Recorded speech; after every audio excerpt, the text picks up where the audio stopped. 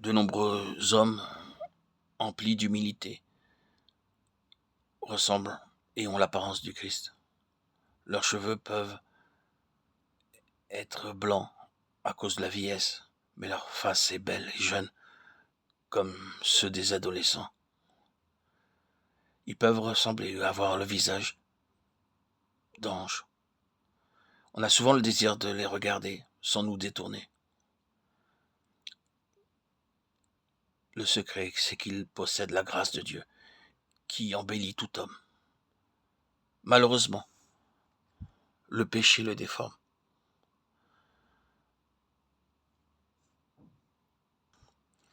Comment peux-tu reconnaître que tu vis conformément à la volonté de Dieu? Quel en est le signe? Si tu es préoccupé de quelque chose, cela veut dire que tu n'es pas complètement abandonné à la volonté de Dieu, même s'il te paraît vivre selon sa volonté. Celui qui vit selon la volonté du Seigneur ne s'inquiète de rien.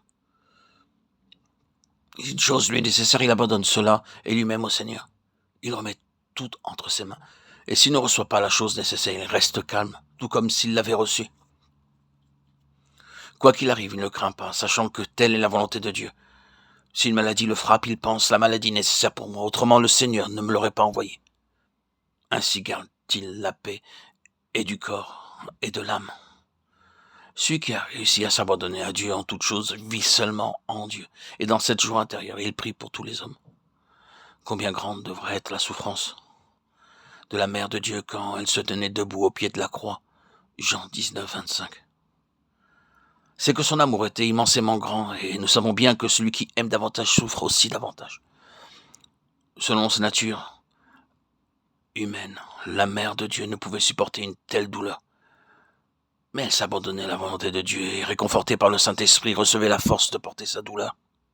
Voilà pourquoi elle est devenue pour toujours, pour tout le peuple, la consolation dans la souffrance. Mais voici, je suis la servante du Seigneur, qu'il me soit fait selon ta parole. Luc 1, 38. Ainsi parle la Vierge Sainte. Elle s'abandonne entièrement à la volonté de Dieu. Si nous disions de même, je suis ton serviteur, que ta volonté soit faite, alors la parole de Dieu habiterait notre âme, et le monde serait rempli d'amour de Dieu. Mais bien que la parole de Dieu ait été annoncée depuis des siècles dans l'univers, les hommes ne la comprennent pas et ne veulent pas l'accepter. Je suis vieux, je m'approche de la mort. J'écris la vérité par amour pour les hommes pour qui mon cœur souffre. Si je pouvais aider un seul homme à trouver le salut, j'en bénirais Dieu éternellement.